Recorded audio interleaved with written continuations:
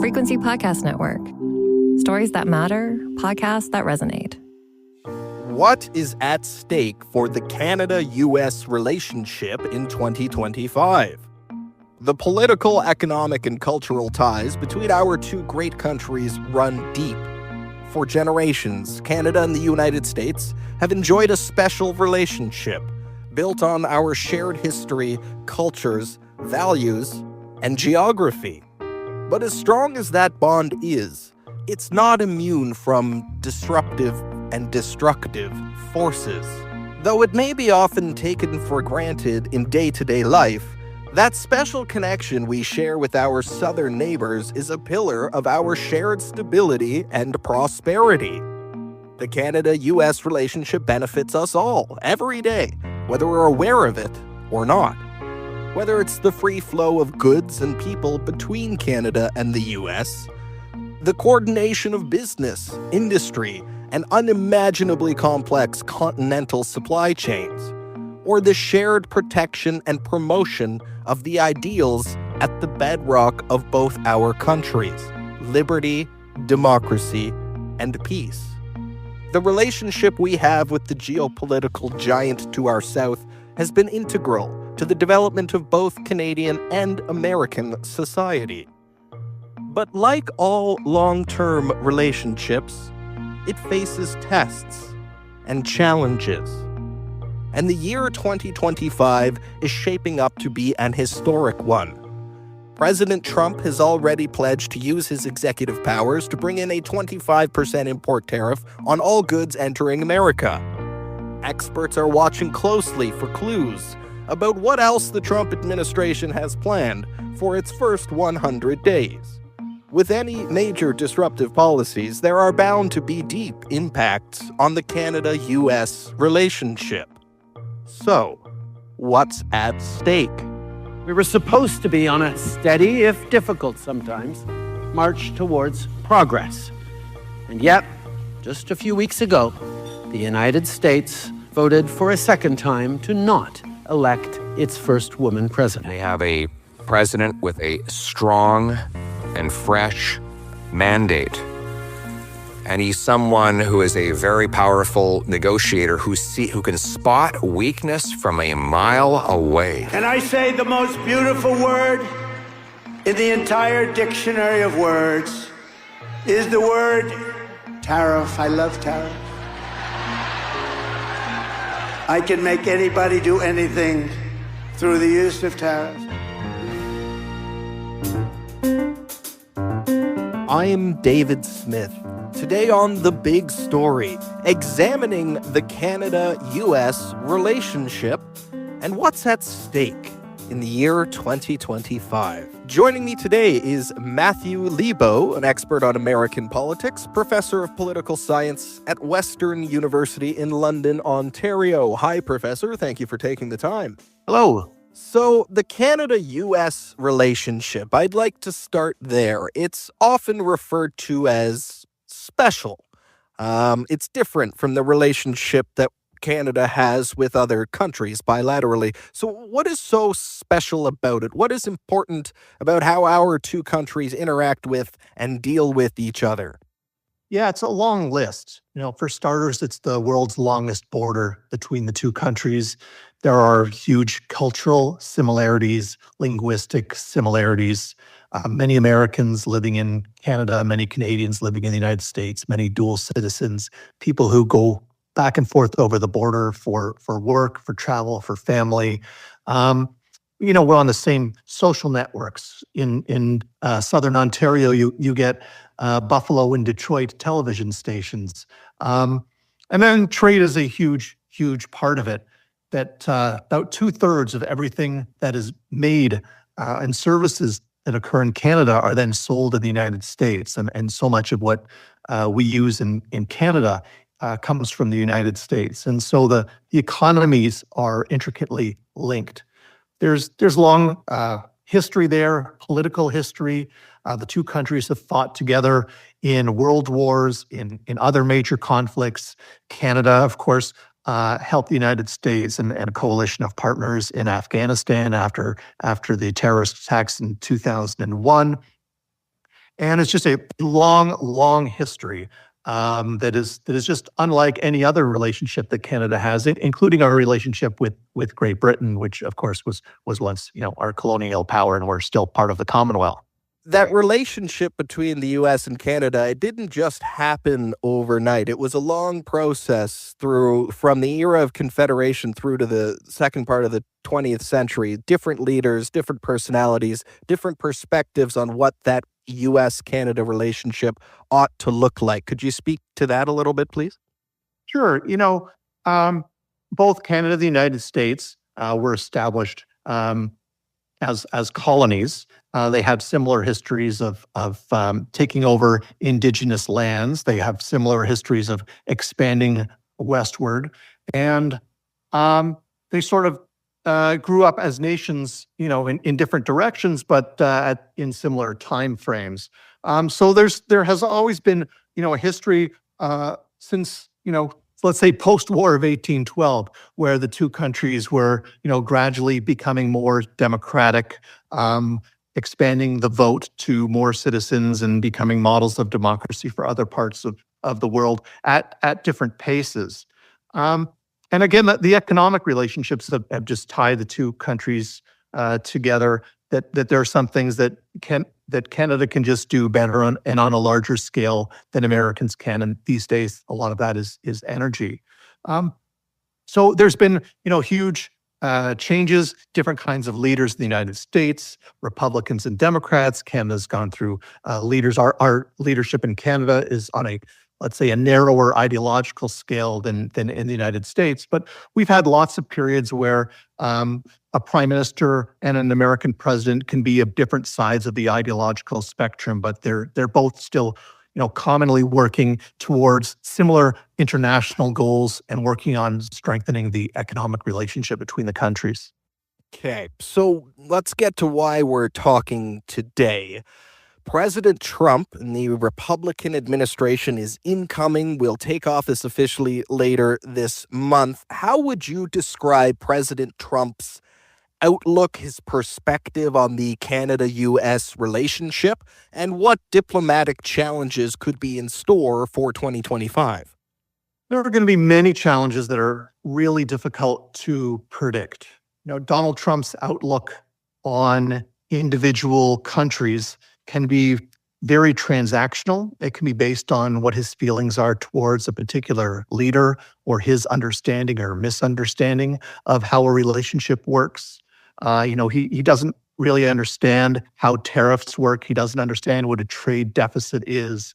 And Canada has to somehow deal with someone who sees, threatening Canada in the way that, say, Vladimir Putin threatened Ukraine before he invaded, and sees that as something that's fun to do on social media.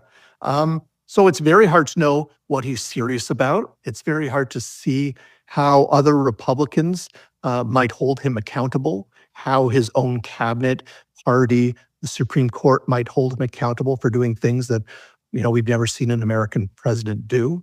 And his outlook towards Canada, it's very hard to say how it might be completely different under a conservative government than it is under Justin Trudeau and the Liberals. And we're, a policy of Canadian disengagement with the United States is probably, smart to think of ways that our economy can rely a little bit less on the United States. But really, we are just so closely tied that that's impossible.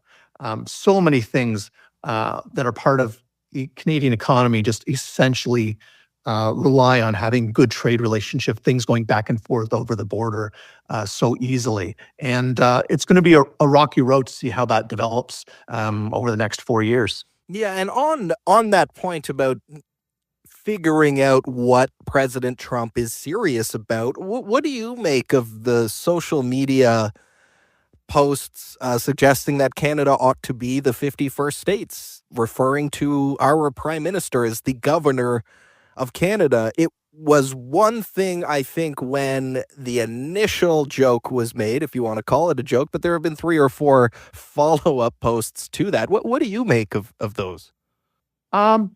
It is frightening. I don't think he appreciates that what he's doing is you know, provocative, that he's the only way that Canada becomes part of the United States is the same way that Vladimir Putin thinks that Ukraine becomes part of Russia.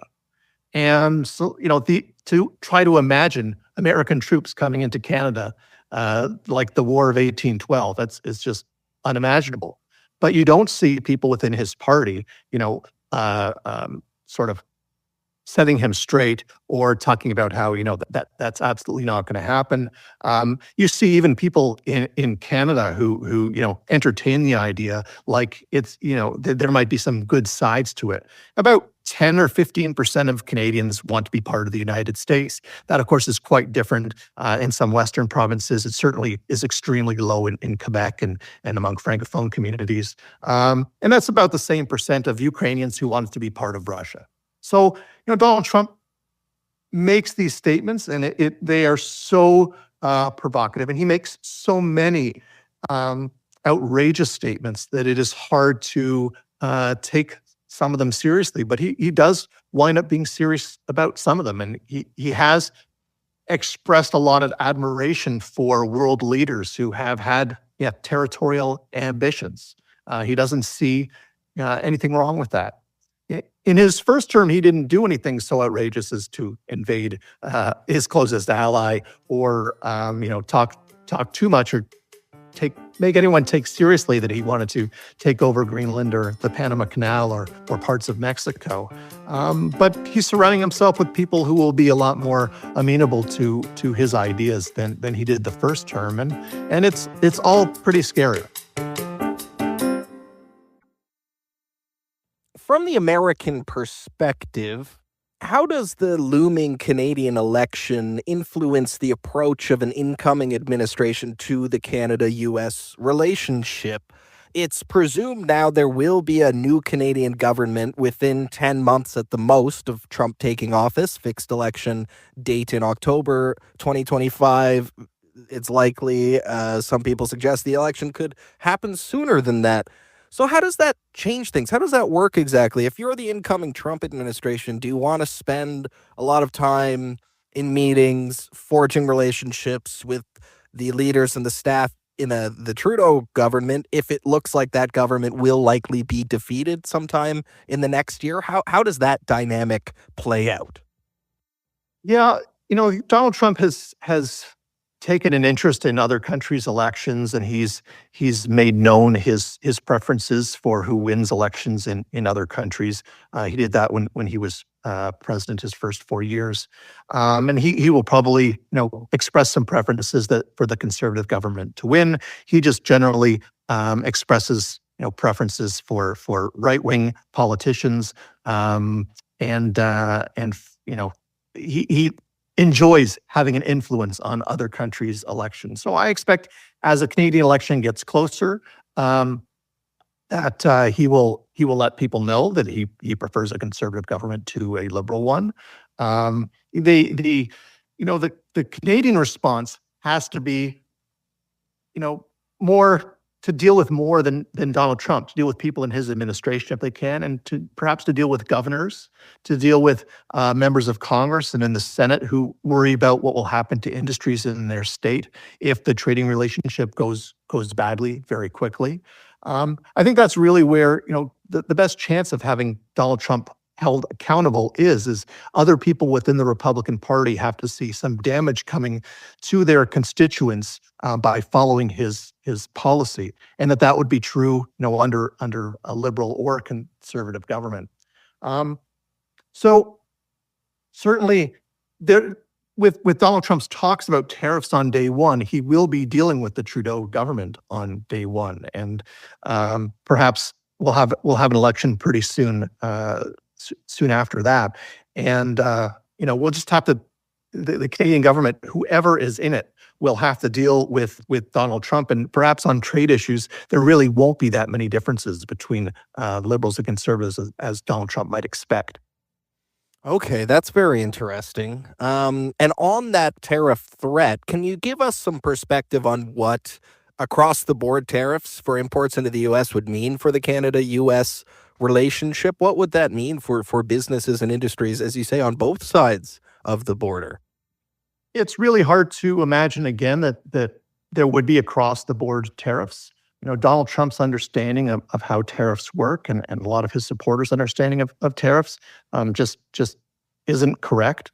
Um, the that so many things that come into the United States would become more expensive to consumers.